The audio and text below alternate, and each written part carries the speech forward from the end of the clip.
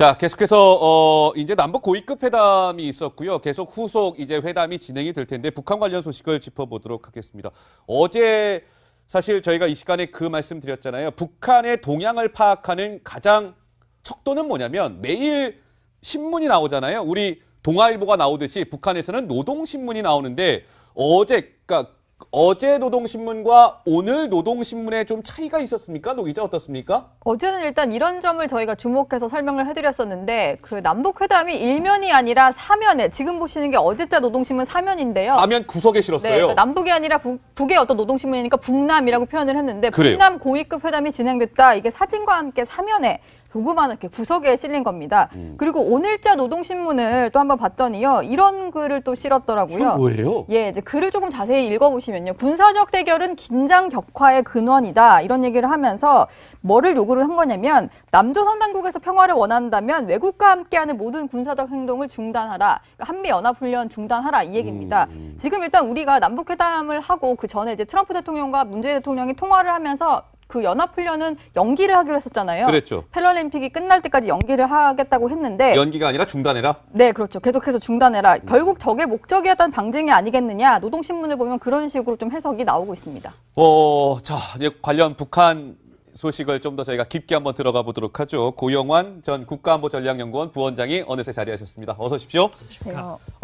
부원장님 어떻습니까? 북한이 뭐 평창 올림픽과 관련해서 어떻게 보면 통 크게 합의를 했습니다만 뭐 공동 보도문인가요? 거기에 보면 평창이라는 글자도 빼버리고요. 뭐 저 공동 보도문도 사면 저 구석에 이렇게 실어놓고요. 북한 진짜 이 속내가 뭔지 궁금해요.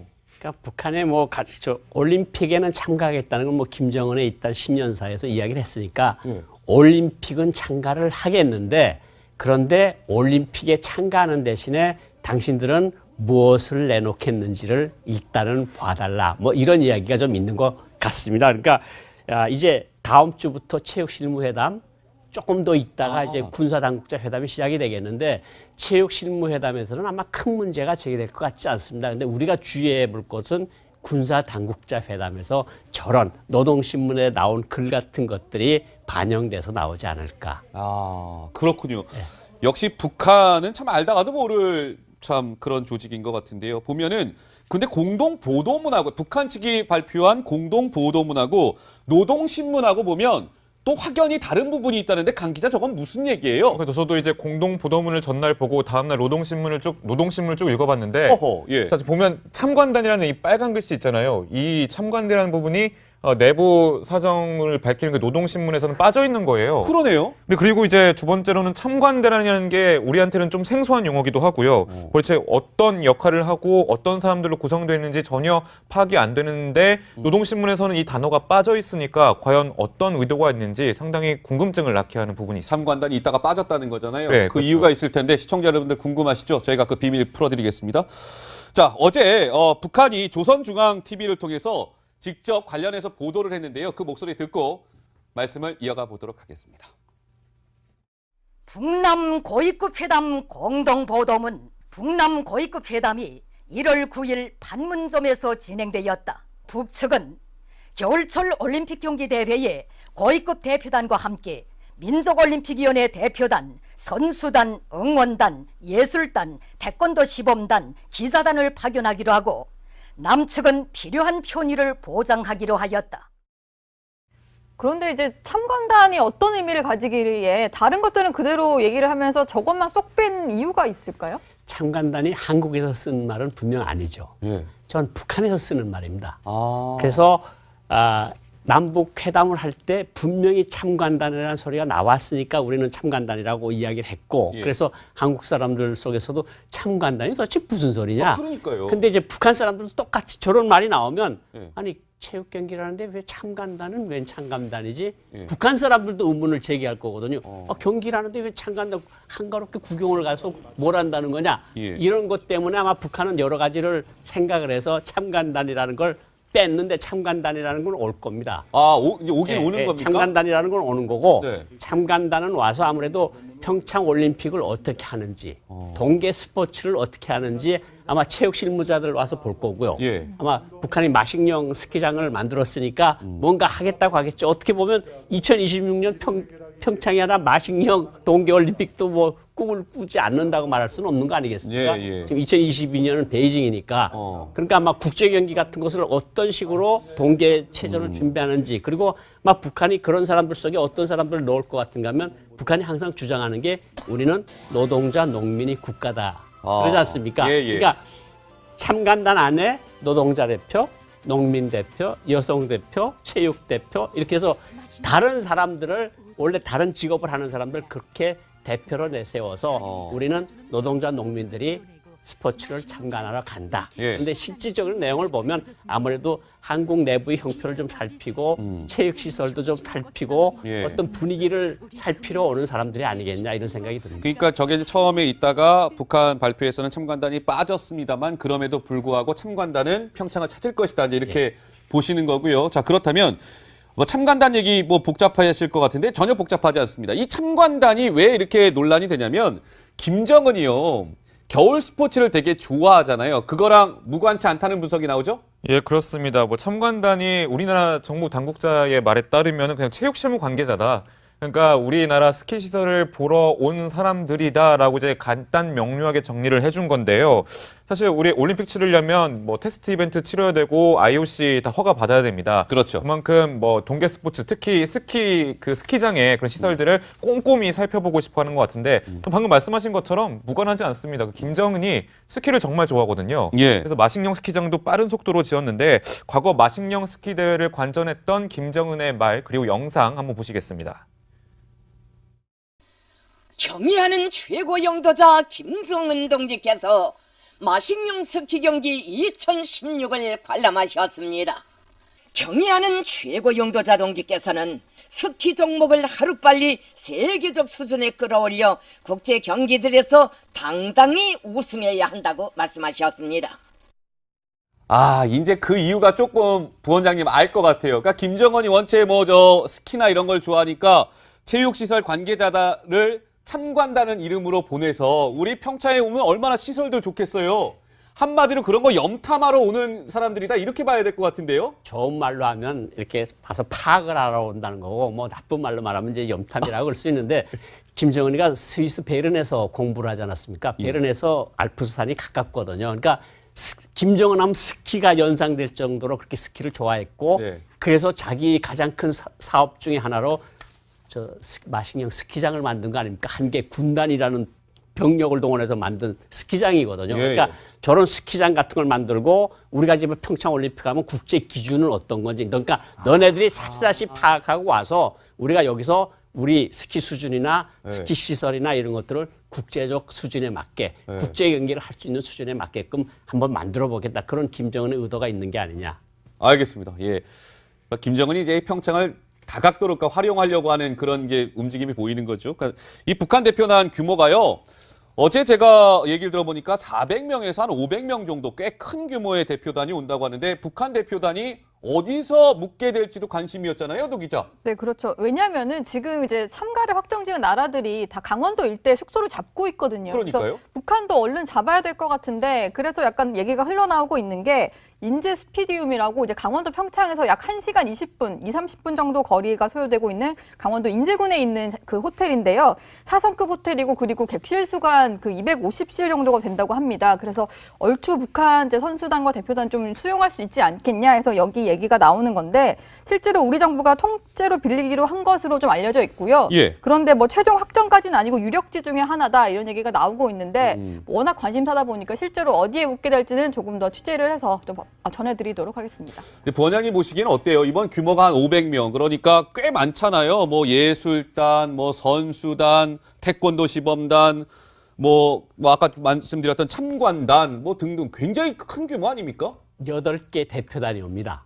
8개 대표단인데 제가 보건대는 최소가 500명, 예. 최대 1000명까지도 올 수 있다. 1000명까지도 될 수 있어요. 1000명까지 올 수 있는데 뭐 해상으로 하나는 올 수 있고 만경보를 홍을 타서 예. 동해항으로 속초항으로 올 수도 있고 또 하나는 서해 군 통신선을 연 거 보니까 아마 서해 쪽으로 와서 결국은 판문점을 통과해서 인제까지 가는 그림도 그릴 수 있으리라고 생각을 하는데 예. 아마 제가 여러 번 말씀을 드리지만 이게 북한이 우리 평창 올림픽에 숟가락 정도를 올려놓는 게 아니고 평창 올림픽을 아예 북한판으로 만들기 위한 그런 작전을 짜고 있는 것이 아니냐. 그러니까 500명, 1000명이 와서 뭐 이렇게 네. 말했으면 뭐 그런 민영원단이라는 소리는 좀 별로 좋아는 안 하는데 어쨌든 응원단 보내고 예술단 보내고 태권도단 보내고 그러면 한반도 와 있는 모든 외국 선수들 그리고 한반도 한국에 사는 모든 국민들이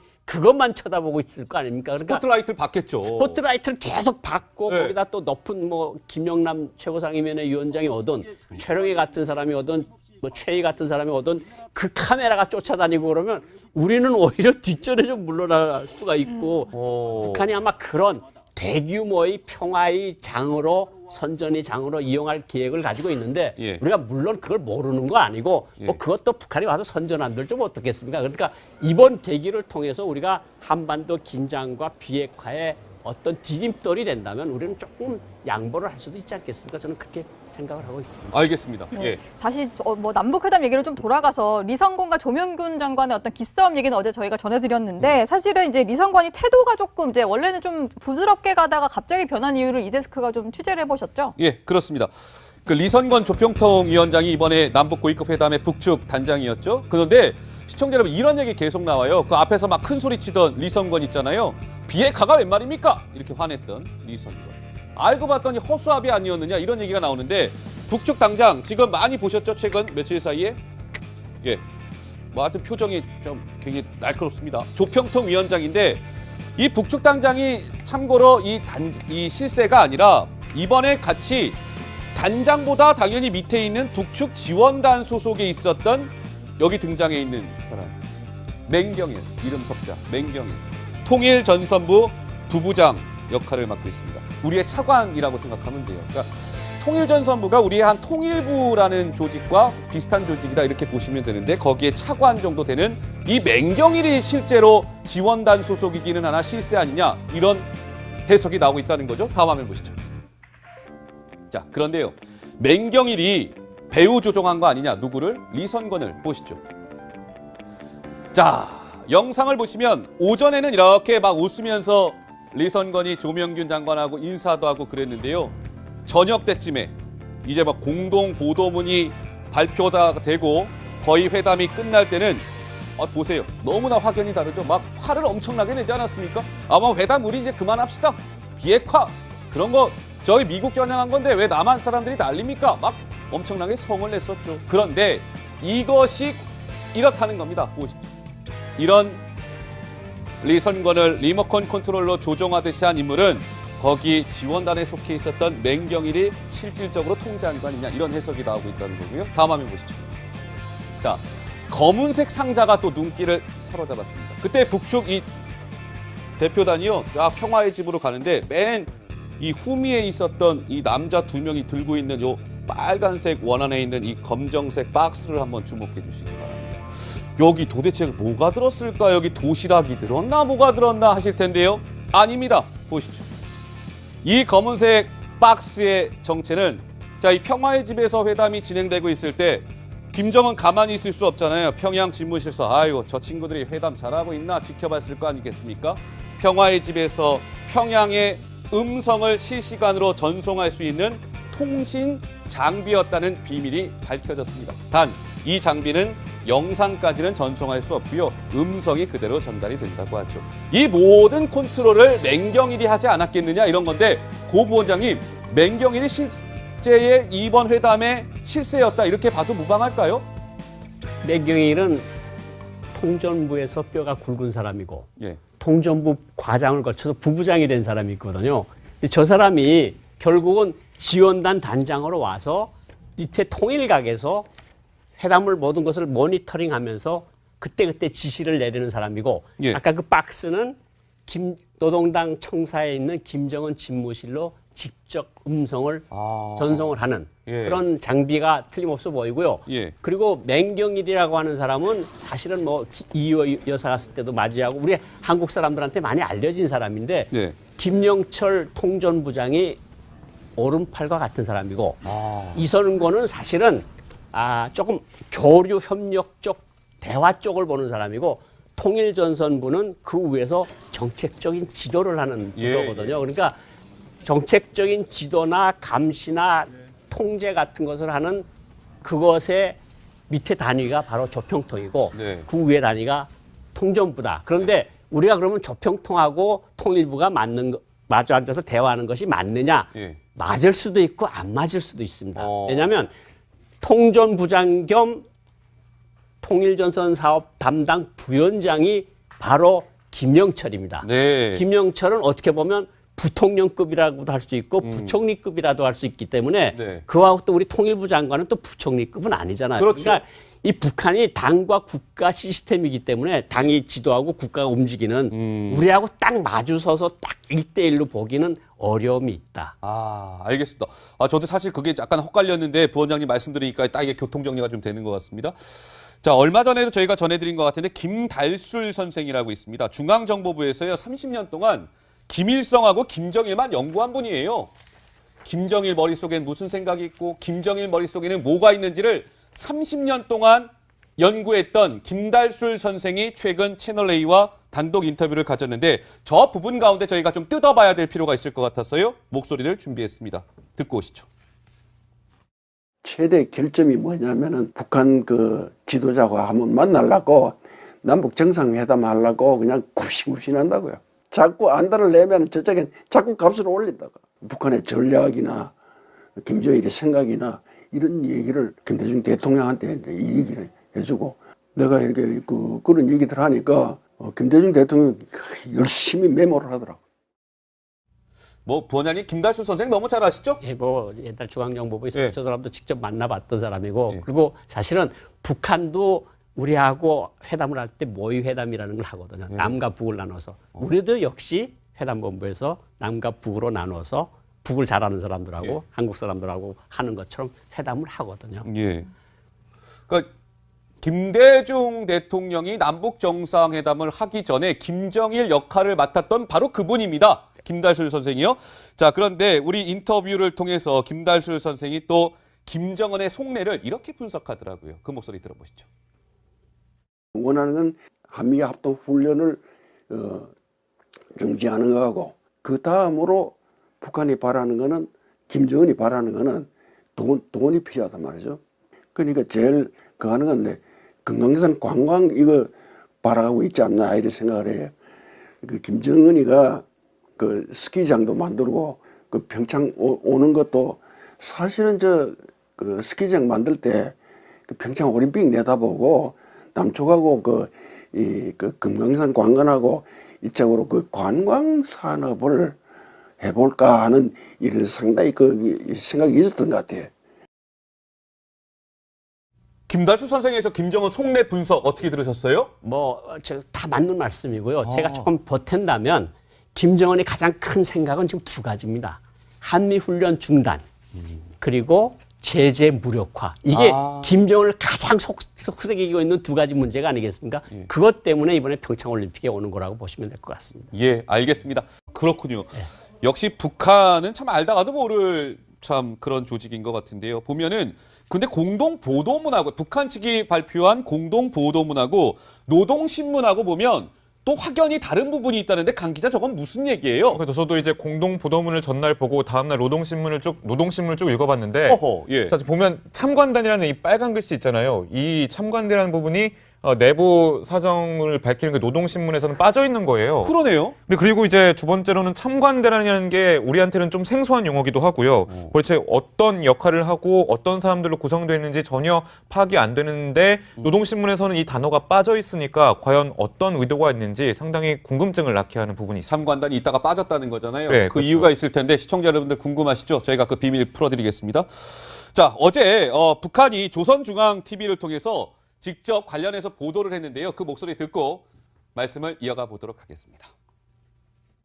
북남 고위급 회담 공동 보도문 북남 고위급 회담이 1월 9일 판문점에서 진행되었다. 북측은 겨울철 올림픽 경기 대회에 고위급 대표단과 함께 민족올림픽위원회 대표 이 올림픽도 뭐 꿈을 꾸지 않는다고 말할 수는 없는 거 아니겠습니까? 예, 예. 지금 2022년은 베이징이니까 그러니까 아마 국제 경기 같은 것을 어떤 식으로 동계 체전을 준비하는지 그리고 막 북한이 그런 사람들 속에 어떤 사람들을 넣을 것 같은가 하면 북한이 항상 주장하는 게 우리는 노동자 농민이 국가다 그러지 않습니까? 예, 예. 그러니까 참관단 안에 노동자 대표, 농민 대표, 여성 대표, 체육 대표 이렇게 해서 다른 사람들을 원래 다른 직업을 하는 사람들 그렇게 대표로 내세워서 우리는 노동자 농민들이 스포츠를 참관하러 간다. 예. 근데 실질적인 내용을 보면 아무래도 한국 내부의 형편을 좀 살피고 체육시설도 좀 살피고 예. 어떤 분위기를 살피러 오는 사람들이 아니겠냐 이런 생각이 듭니다. 그러니까 저게 이제 처음에 있다가 북한 발표에서는 참관단이 빠졌습니다만 그럼에도 불구하고 참관단은 평창을 찾을 것이다. 이제 이렇게 보시는 거고요. 자, 그렇다면 뭐 참관단 얘기 뭐 복잡하실 것 같은데 전혀 복잡하지 않습니다. 이 참관단이 왜 이렇게 논란이 되냐면 김정은이요. 겨울 스포츠를 되게 좋아하잖아요. 그거랑 무관치 않다는 분석이 나오죠? 예, 그렇습니다. 뭐 참관단이 우리나라 정부 당국자의 말에 따르면 그냥 체육실무 관계자다. 그러니까 우리나라 스키 시설을 보러 단, 선수단, 응원단, 예술단, 태권도 시범단, 기사단을 파견하기로 하고 남측은 필요한 편의를 보장하기로 하였다. 그런데 이제 참관단이 어떤 의미를 가지기에 다른 것들은 그대로 얘기를 하면서 저것만 쏙 뺀 이유가 있을까요? 참관단이 한국에서 쓴 말은 분명 아니죠. 예. 전 북한에서 쓰는 말입니다. 아. 그래서 남북 회담을 할 때 분명히 참관단이라는 소리가 나왔으니까 우리는 참관단이라고 이야기를 했고 예. 그래서 한국 사람들 속에서도 참관단이 도대체 무슨 소리냐. 그러니까요. 근데 이제 북한 사람들도 똑같이 저런 말이 나오면 예. 아니 체육 경기라는데 왜 참관단은 웬 참관단이지? 예. 북한 사람들도 의문을 제기할 거거든요. 경기라는데 왜 참관단 한가롭게 구경을 가서 뭘 한다는 거냐? 예. 이런 것 때문에 아마 북한은 여러 가지를 생각을 해서 참관단이라는 걸 뺐는데 참관단이라는 건 올 겁니다. 아, 이제 오긴 예, 오는 예, 겁니까? 참관단이라는 건 오는 거고 네. 참관단은 와서 아무래도 평창 올림픽을 어떻게 하는지 동계 스포츠를 어떻게 하는지 아마 체육 실무자들 와서 볼 거고요. 예. 아마 북한이 마식령 스키장을 만들었으니까 뭔가 하겠다고 하겠죠. 어떻게 보면 2026년 평창이 아니라 마식령 동계 하겠다고 했는데 연기가 아니라 중단해라? 네, 그렇죠. 계속해서 중단해라. 결국 저게 목적이었던 방증이 아니겠느냐. 노동신문을 보면 그런 식으로 좀 해석이 나오고 있습니다. 자, 이제 관련 북한 소식을 좀 더 저희가 깊게 한번 들어가 보도록 하죠. 고영환 전 국가안보전략연구원 부원장이 어느새 자리하셨습니다. 어서 오십시오. 제가 부원장님 어떻습니까? 북한이 뭐 평창 올림픽과 관련해서 어떻게 보면 통 크게 합의를 했습니다만 뭐 공동 보도문인가요? 거기에 보면 평창이라는 글자도 빼버리고요. 뭐 저 공동 보도문도 사면 저 구석에 이렇게 실어놓고요. 북한 진짜 이 속내가 뭔지 궁금해요. 그러니까 북한의 뭐 올림픽에는 참가하겠다는 건 뭐 김정은의 일단 신년사에서 이야기를 했으니까 올림픽은 참가를 하겠는데 그런데 올림픽에 참가하는 대신에 당신들은 무엇을 내놓겠는지를 일단은 봐달라. 뭐 이런 이야기가 좀 있는 것 같습니다. 그러니까 이제 다음 주부터 체육실무회담 조금 더 있다가 이제 군사당국자 회담이 시작이 되겠는데 체육실무회담에서는 아마 큰 문제가 제기될 것 같지 않습니다. 근데 우리가 주의해 볼 것은 군사당국자 회담에서 저런 노동신문에 나온 글 같은 것들이 반영돼서 나오지 않을까. 자, 계속해서 이제 남북 고위급 회담이 있었고요. 계속 후속 이제 회담이 진행이 될 텐데 북한 관련 소식을 짚어보도록 하겠습니다.